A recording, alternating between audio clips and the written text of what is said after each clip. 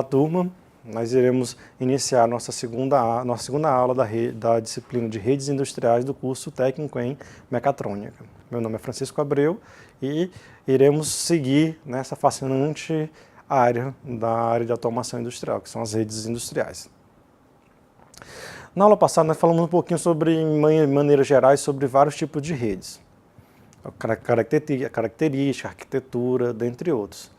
Na aula de hoje nós iremos falar sobre um protocolo específico de automação industrial, que é o Profibus DP, ou Profibus, que ele é dividido em DP ou PA.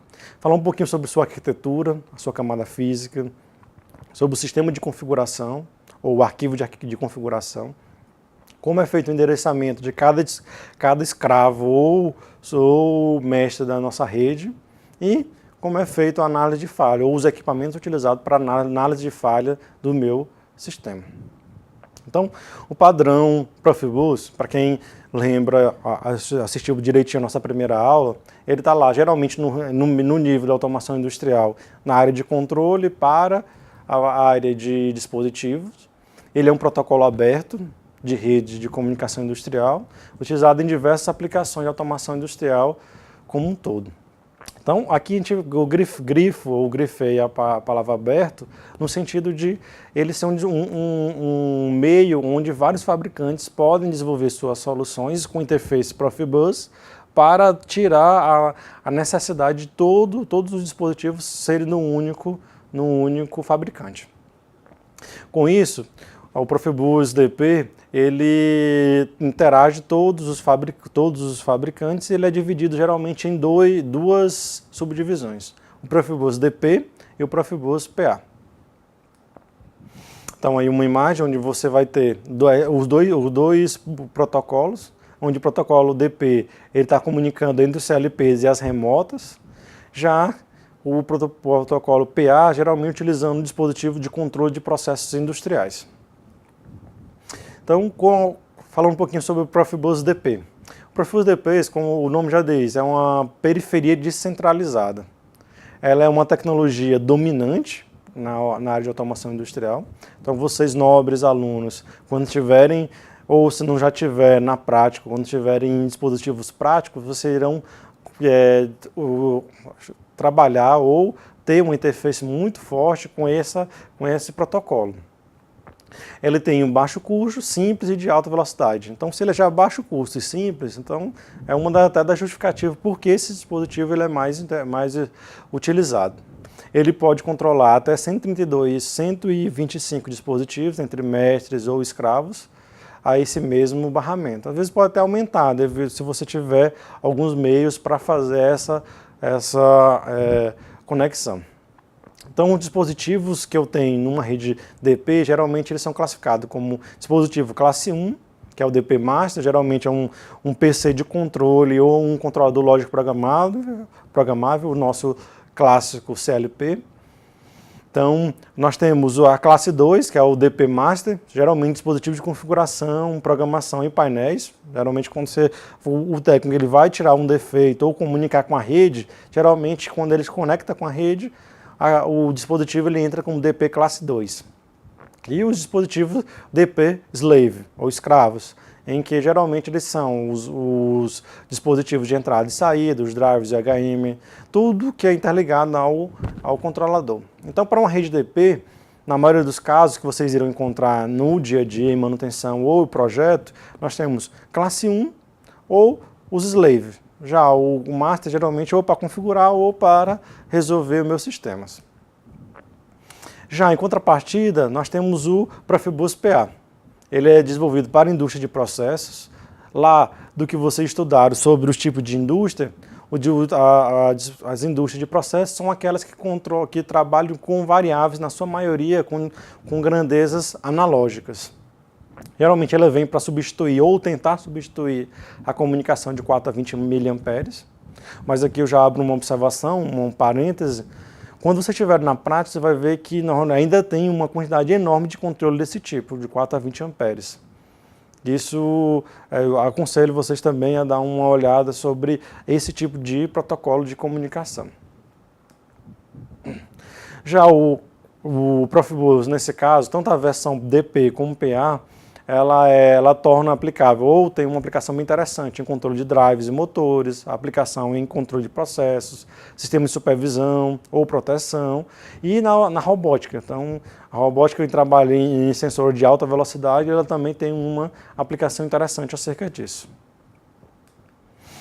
Então, assim como já fazendo um link com a nossa aula anterior, esse nosso dispositivo Profibus, ele tem esse controle, ele trabalha também com a arquitetura ou o modelo de referência OSI.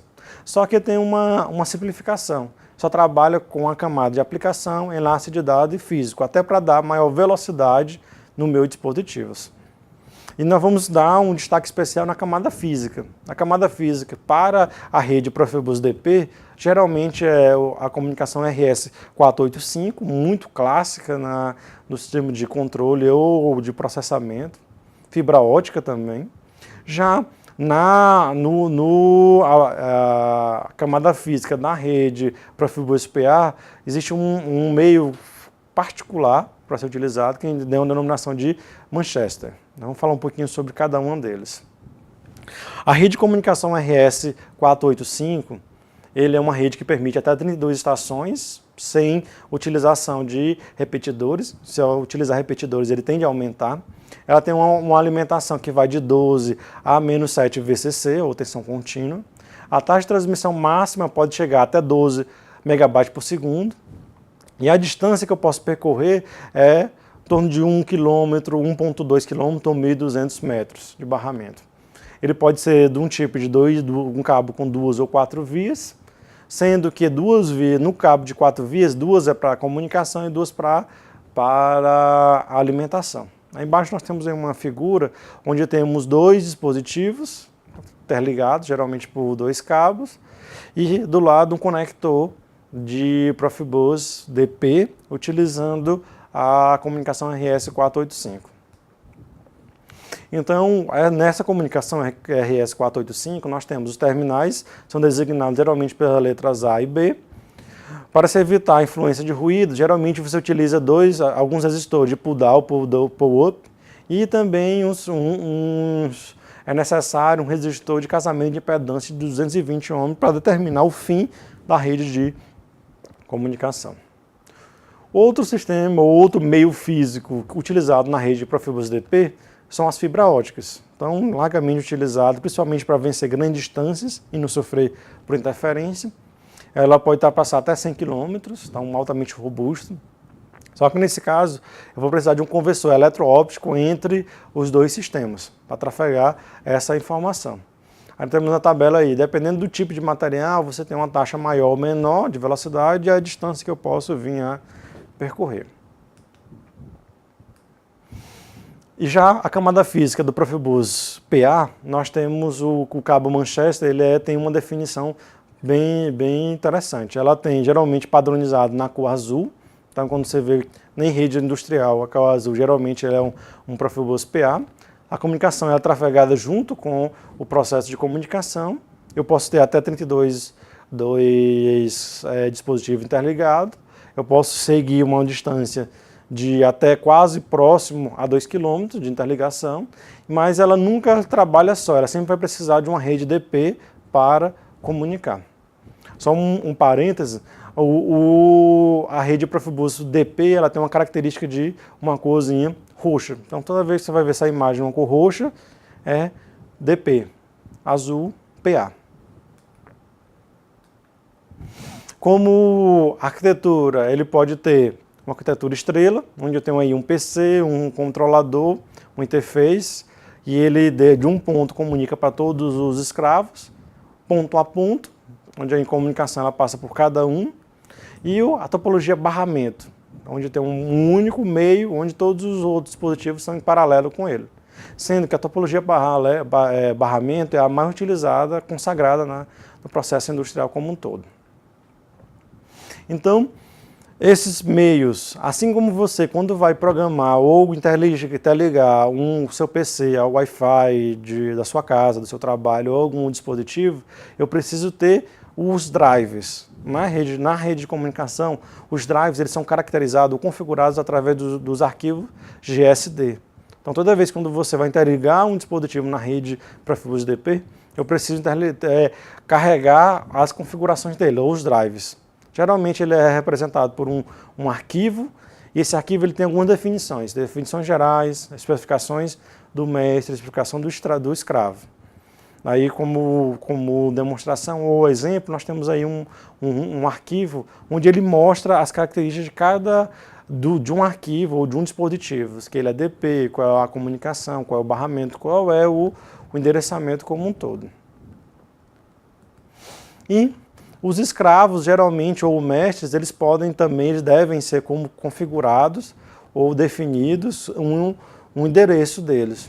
Na maioria dos casos, esse endereço ele pode ser feito via software ou através de uma chave de posição. Então, na imagem nós temos aí uma posição. Nesse caso, nós temos um conector para definir as dezenas e as unidades daquele dispositivo. Então, geralmente, o mestre ele é configurado por USG e os escravos através desse referenciamento.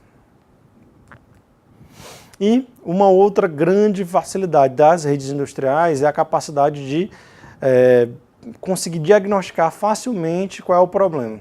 Então, quem já teve algum problema com relação a um automóvel, algum dispositivo, geralmente você precisa resolver aquele problema, você coloca um scanner lá que ele vai identificar as principais falhas.